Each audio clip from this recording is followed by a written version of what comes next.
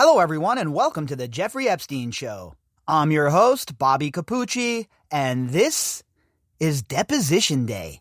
So, the deposition has been unsealed, the documents have been unsealed, and I am tirelessly at work right now in the studio, reading through all of that, and at the same time, recording new content, because your boy's a multitasker, folks. All right, so we're going to get started off today with an article from the Miami Herald that just came out, and it's kind of a nice little introduction to what's in the deposition. They have a couple of the juicier points, etc., etc.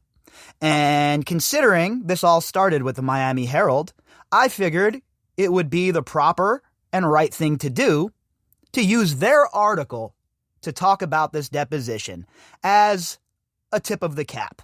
So, there's a lot going on, folks. There's going to be a lot going on today. I'm probably going to put out multiple episodes. We already have the morning update that I put out earlier that has to do with Palm Beach and how the Palm Beach Post is attempting to pry the grand jury testimony loose from the first case around. And, well, they had a bit of a breakthrough with Dave Ehrenberg, who is the state attorney general, saying that he is okay with it now. So there is definitely movement going on there. Not too sure what's going on behind the scenes. Obviously, I don't have a link to Florida, what's going on down there. I don't have any sources, nothing like that. But it certainly looks like things are moving in the proper direction. And I think with this deposition being released, the one we're talking about today, the Maxwell deposition, I think that's going to play favorably into getting this grand jury testimony released as well, because it will fill in so many blanks, right? Imagine having this grand jury testimony come out and we could see every last little thing that the prosecution and Epstein's defense did to get him off. No wonder they want to keep that stuff private. No wonder they want to keep it hidden. And are you shocked that a judge with the last name of Marks doesn't want any transparency? I am not. So there's a lot going on, right? And today is a bellwether day for this case. This has been a long time coming. These documents have been hidden for way too long. And in the interest of justice and in the interest of transparency, it is about time that they were dumped. So again, this episode is going to get us kicked off for our day. I'm expecting a marathon kind of day here in the studio. I don't have any plans on doing anything else today besides reading the deposition, sitting around in the studio, and seeing what we can figure out and what we can find, because all the time we have spent on this case together. Now, what are we, 748, 49 articles deep? You guys are like my family at this point. I spend more time with you than I spend with my friends. So we're just going to keep it rocking. And you know what? In for a penny, in for a pound. Let's see what this Miami Herald article is offering us to get the day started. All right. So Ghislaine Maxwell testimony, 465 pages of fury, denials, glimpses into Jeffrey Epstein's life. The authors of this article are Kevin G. Hall and Ben Weider. No, Ghislaine Maxwell doesn't remember where she met Virginia Roberts, the woman who says she was recruited from a job at Mar-a-Lago as a teenager to become a Jeffrey Epstein masseuse and eventually a survivor. Well, that's a shock, huh? Ghislaine Maxwell sure does have selective memory loss, considering everybody knows you met her at Mar-a-Lago. It's on the record. I mean, on page 14 and 15 of the deposition, it's pretty clear that she perjured herself. Ghislaine Maxwell perjured herself. And I posted both of those little clips that were screenshotted on my Twitter account and also on the Facebook page. It's obvious to me that she perjured herself with those comments. And right there, as prosecutors, if it was me as a prosecutor, I would have charged her with perjury as well. Yes, she recalls women hanging around Epstein's pool topless, but it was not the common, and they didn't appear underage. Again, everybody's an expert, on how old somebody is. Everybody has the link, and they know who's what and how old you are just by looking at you. I'm sorry, that does not work, especially this day and age. You don't know how old they are because it was the plan to make sure that nobody told their real age. Remember? Oh yeah, I remember. No, despite claims to the contrary, she didn't participate in orgies with Epstein and young girls, including a specific allegation that involved the participation of a 13-year-old. Again, folks, let's just be clear, okay? This isn't just us talking shit. This isn't us trying to paint her as the bipedal serpent she is. The prosecutors themselves said she perjured herself in this deposition. That means the prosecutors also believe she's a liar. So you're not on a fishing expedition. We have never been on a fishing expedition on this podcast. This has never been a conspiracy theory. This has always been a cover-up, and we have been on it from the jump. All of us. The back and forth comes from a 465-page transcript released early Thursday of a deposition from 2016 given by Maxwell, the former partner, co-conspirator, general scumbag, all-around child abuser and bipedal serpent, alleged recruiter for Jeffrey Epstein. It shows how deeply intertwined she was in what authorities labeled the sex trafficking of minors. And it was, again, that is the central part of this, right? The sex trafficking of minors. Of course, that's the most heinous possible crime you could ever commit. In my book, that is the worst thing you could possibly do is hurt children. Defenseless, little-ass, naive children, and I have no remorse for it. I think I've been very clear about how I feel. If you get caught doing this and you're convicted and a jury of your peers sentences you, well, chemical castration should be your fate. I'm sorry, you have lost all your ability to be part of normal society once you start hurting children. There's no rehabilitation from that. Maxwell gave the deposition in a defamation lawsuit settled in 2017, brought against her by Epstein accuser Virginia Roberts. Much of the document remained hidden from public view until the Miami Herald first sued in April 2018 for dozens of documents in the case to be unsealed. And again, we have to give the Miami Herald their credit. Honestly, let's be very clear about this. I don't care about their motivations, right? That their motivations were political to start. I care about what they unearthed. And the Miami Herald did good work here, and they should be lauded for that. An earlier batch of documents was released last summer. While Roberts supported release of the transcripts in July, Maxwell's lawyers had put up obstacle after obstacle to block its release. Yeah, look, how many technicalities did they throw up? How many times did they drag their feet or bring up a loophole? They did not want this released because they knew what was going to happen. And that is exactly what's occurring right now. All of you out there digging in, got your cup of coffee, maybe a breakfast sandwich, in some places it's lunch. And hell, I have listeners on every continent, so different time for everybody, but I'm sure it's the same routine in every house at all four corners of the globe right now for people who are interested. A nice drink, laying back, someplace quiet, and reading through the deposition that we have been waiting for years.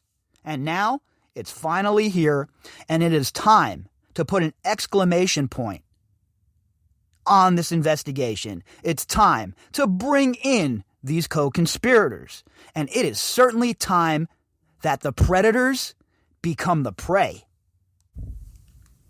That ended Thursday, after days of wrangling over redactions, when the transcript of the deposition became public. It showed the degree to which Maxwell was obstructive in her sworn testimony about her relationship with Epstein, and the detailed questioning by Roberts' lawyers outlined her intimate knowledge of his empire. Again, and for all of you loudmouth jack-offs out there who called Virginia a liar and, you want to sit around on Twitter and bang on your keyboard from your mom's basement. Well, put this in your pipe and smoke it, you bunch of absolute ingrated morons. When asked if she had ever seen a girl under the age of 18 in Epstein's home who wasn't the child of a friend, Maxwell denied any knowledge. Yeah, of course she did. What is she? She's not going... Look, this deposition, Maxwell thought that she was never going to have to be called to account for any of this. They never thought Epstein was going to get arrested again. Nobody ever expects the Spanish Inquisition. And then when he got nailed, that is when the sweat started again. I'm sure the Joe Exotic of the Windsor family is sweating bullets right now. So it is an absolute lie, okay? I'll just straight up call it what it is, an absolute lie when Ghislaine Maxwell denies any knowledge. She was the one trolling the malls. She was the one trolling these schools. She was the one trolling Central Park. She's the one who went up to the girl in France. So please spare me your lies, Maxwell. They could have charged you with 100 counts of perjury probably from this deposition from what I've read so far.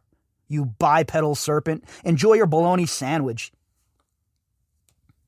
Again, I can't testify to that because I have no idea what you were talking about, Maxwell said. Survey says, lies. She is an absolute liar. And in this deposition, it brings it really to light. You can really tell that she was arrogant and caught up in her own hubris and thought that she would never, ever, ever have to answer for these allegations, for these lies. As Virginia's lawyers continue to press Maxwell on whether she had ever observed underage girls in Epstein's home, Maxwell continued to deny any knowledge in spite of being presented with police reports documenting Epstein's alleged abuse of girls. She was adamant, trying to protect Jeffrey and herself and the operation. Remember, what, you don't think she was conditioned for this? You don't think that her handlers had ever ran through this kind of routine with her in case you ever get busted? This is what might happen. This is what you say. This is what you do. And then you add on to that these high-powered lawyers? Oh, yeah. I am sure Maxwell was well coached for this deposition. I had an office with a door, so the door would be shut and I would be working. I'm not responsible for what Jeffrey does, and I don't always pay attention to what happens in the house, she said. Well, yes, you are. You're part of the criminal enterprise. You're a co-conspirator. You're the underboss, right? Co-boss A and B. So yeah, you're responsible, okay? That is why RICO needs to be dropped on them, because it's for everybody involved then. Everybody in the criminal conspiracy gets themselves a nice RICO belt, and now we don't have to worry about technicalities and loopholes, because all of these scumbags are caught up under the RICO umbrella, and then the next step is long prison sentences. The transcript also calls into question Maxwell's assertion that she had little to do with Epstein after his release from a Florida jail in 2009, and is in conflict with her later assertion that Epstein paid her legal bills at the time of the civil case. She was all over the place in this. And now that we have hindsight to guide us 4 years later, 5 years basically later now, well, this is going to be picked apart with laser-like precision. And the people that are going to be doing that are all of you out there, folks. This is a team effort. All of us digging into this, looking for those little kernels of truth, those little nuggets of gold. That's important because in the U.S. Virgin Islands, Maxwell is suing the Epstein estate, valued at more than $600 million. She has argued the estate must cover her legal bills because she was an employee who had a verbal agreement with Epstein and that he kept his word about paying her bills until his shocking death in August 2019 in a Manhattan jail. So you had nothing to do with them, huh? Bipedal serpent? You had nothing to do with Epstein for all those years, but he just still paid your bills because he was a nice guy. Jeffrey Epstein was the kind of guy where he just wanted to pay everyone's bills. He wanted to give people money. He wanted to, help everybody out because just from the bottom of his heart, that's the kind of guy he was. Yeah, right. He was paying your legal bills because you were part of the criminal conspiracy. He's paying your legal bills because your handlers demanded it. In the deposition, she insisted he was not paying her legal bills. She also appeared to contradict what is now common knowledge that Epstein did work for her father, Robert Maxwell, a high-profile publishing baron who died under mysterious circumstances in 1991. Yeah, that was unearthed recently, right? Remember what I just said, hindsight. We have the benefit of hindsight when we're discussing this now. We're talking about 5 years ago. A lot of things changed. A lot of information has come out. And Ghislaine Maxwell has proven to be a liar. After his death at sea, apparently falling off his yacht called the Lady Ghislaine, he was discovered. He had pilfered his company's pension fund. Sounds like a hell of a guy, huh? Raised the perfect daughter. Apple did not fall far from the tree. She and Epstein met the same year that she began working for Epstein in 1992, according to the deposition. That's a lie. Another lie. Perjured herself once again. When asked if she was ever Epstein's girlfriend, Maxwell replied that it was a tricky question. Yeah, no shit, because you were never his girlfriend. You were his business associate, okay? You guys might have played the part like the family on The Americans. Oh yeah, this is my girlfriend. Woohoo! No, that wasn't the case, okay? Enough with the bullshit. Let's cut to the chase, folks. Let's cut all the fat away and get to the meat of the situation. Ghislaine Maxwell was never Jeffrey's girlfriend. They were never in love, none of that shit, all right? She was a cold-hearted, calculated asset who was running an operation with her partner. That's what it was. There were times when I would have liked to think of myself as his girlfriend, she said. Yeah, well, I'd like to think of myself as a bazillionaire, but here we are. Maxwell was arrested this past July 2nd at a 156-acre estate in New Hampshire and charged with 4 counts of sexual trafficking of a minor and 2 counts of perjury related to statements she made in the April 2016 deposition. Oh, just 2 counts, huh? Pretty sure there's more than 2 counts of perjury in there, but like I said, when it happened. Those are hold charges. We're waiting for a superseded indictment to come down, and when that occurs, expect a whole heap of vicious federal charges. The sexual trafficking charges covered her alleged recruiting and grooming of 3 girls for Jeffrey Epstein to sexually abuse between 1994 and 1997. Maxwell is alleged to have partaken in the abuse with one of the girls.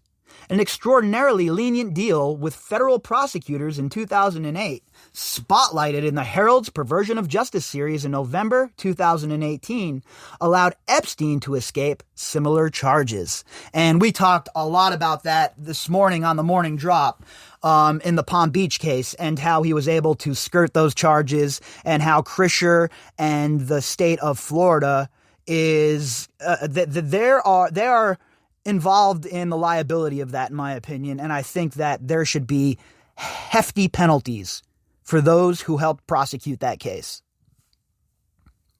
Maxwell's presence as an adult woman helped put the survivors at ease as Maxwell and Epstein intended, said Audrey Strauss, the acting U.S. attorney for the Southern District of New York, in announcing the charges against Maxwell in July.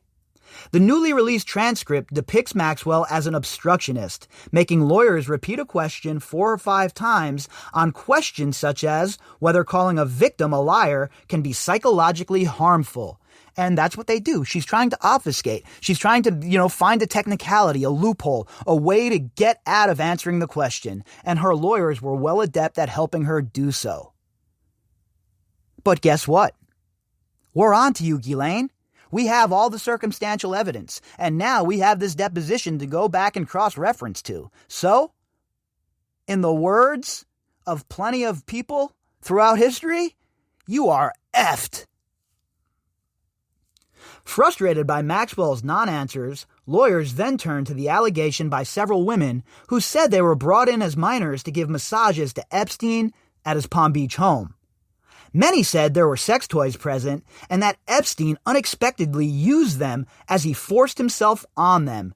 And this is not one girl, this is not two girls, this is not Virginia, this is not Maria. These are the girls, the Palm Beach high school girls that were brought there, the Haley Robsons of the world. And it is obscene that only one of those girls was brought before the grand jury. Absolutely obscene and unacceptable. Maxwell responded by asking for a definition of a sex toy. Oh, how? Really? You don't know what a sex toy is, Miss Oxford? No, I need you to define a sex toy. I don't have enough knowledge of sex toys, she responded.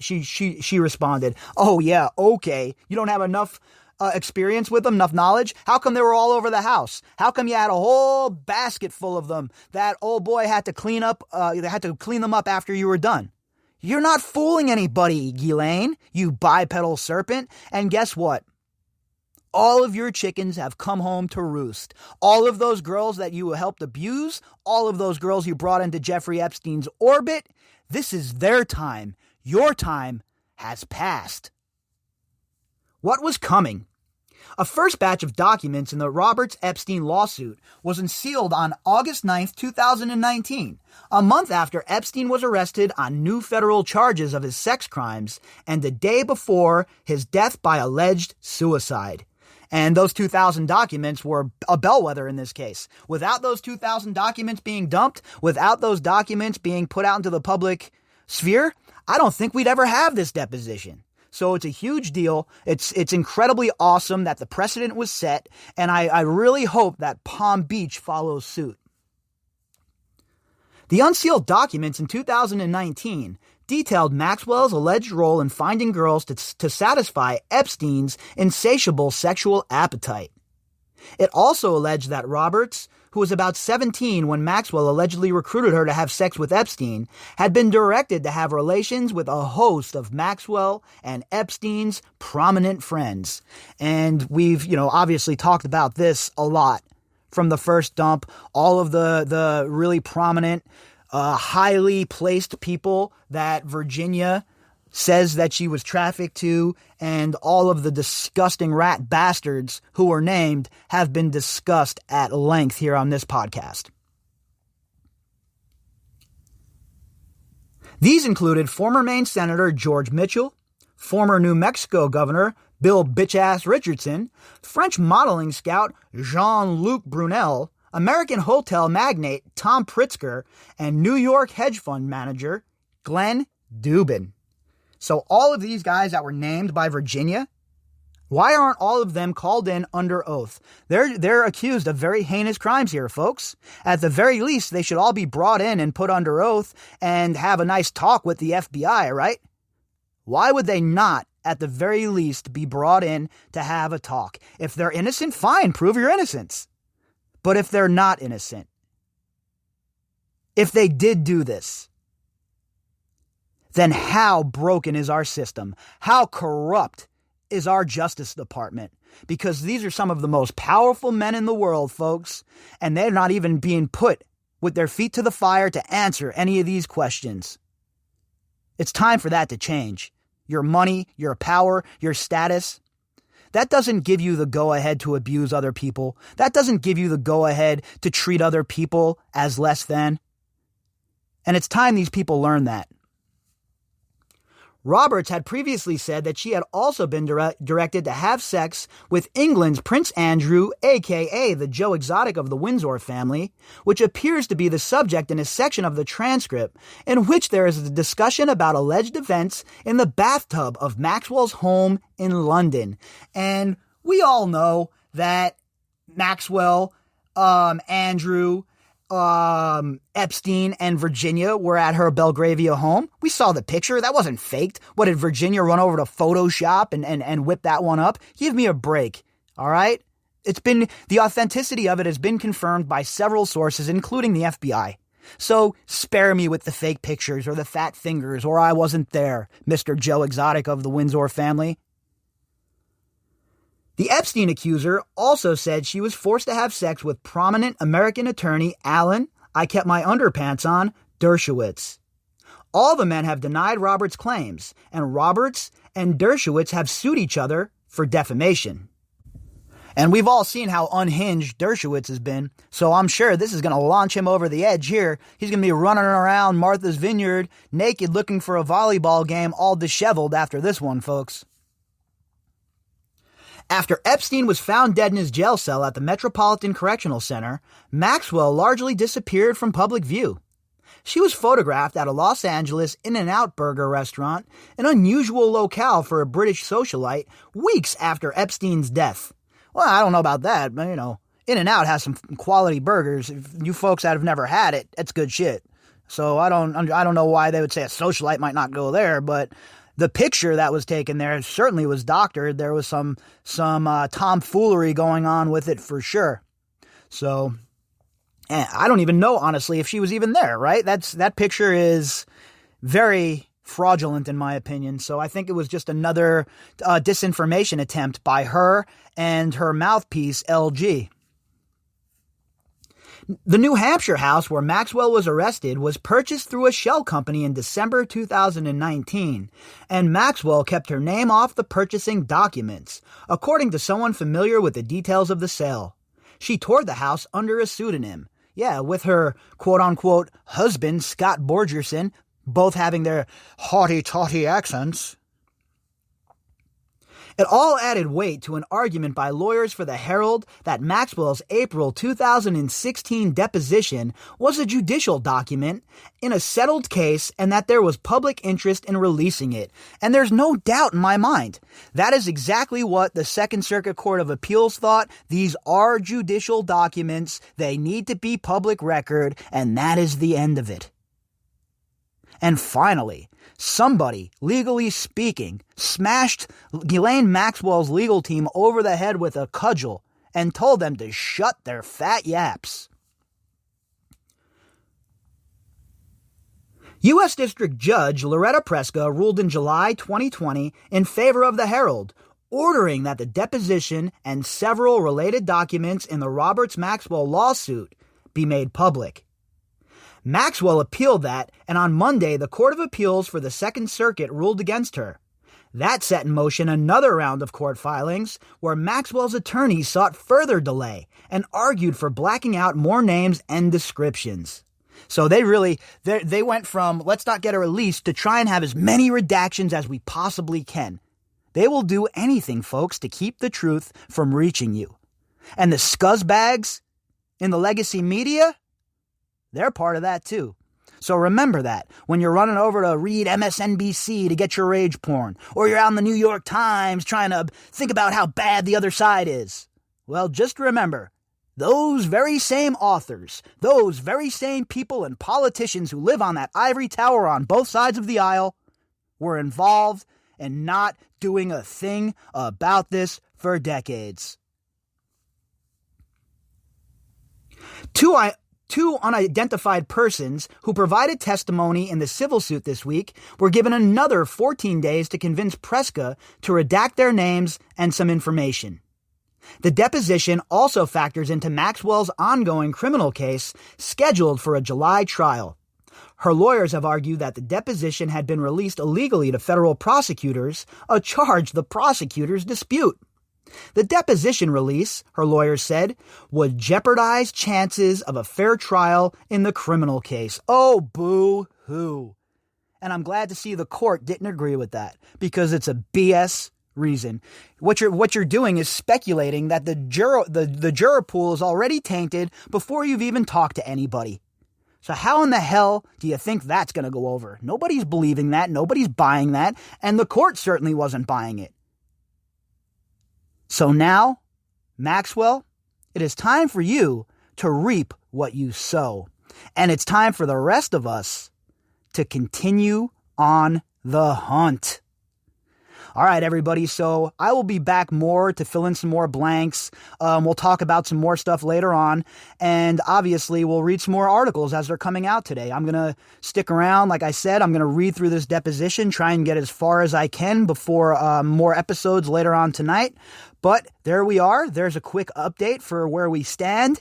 And I'll tell you what, folks, it's going to be a wild ride from here on out. If you'd like to contact me, you can do that at bobbycapucci@protonmail.com. That's BOBBYCAPUCCI@protonmail.com. You can also find me on Twitter at BOBBY_CAPUCCI. All of the links that go with this episode can be found in the description box.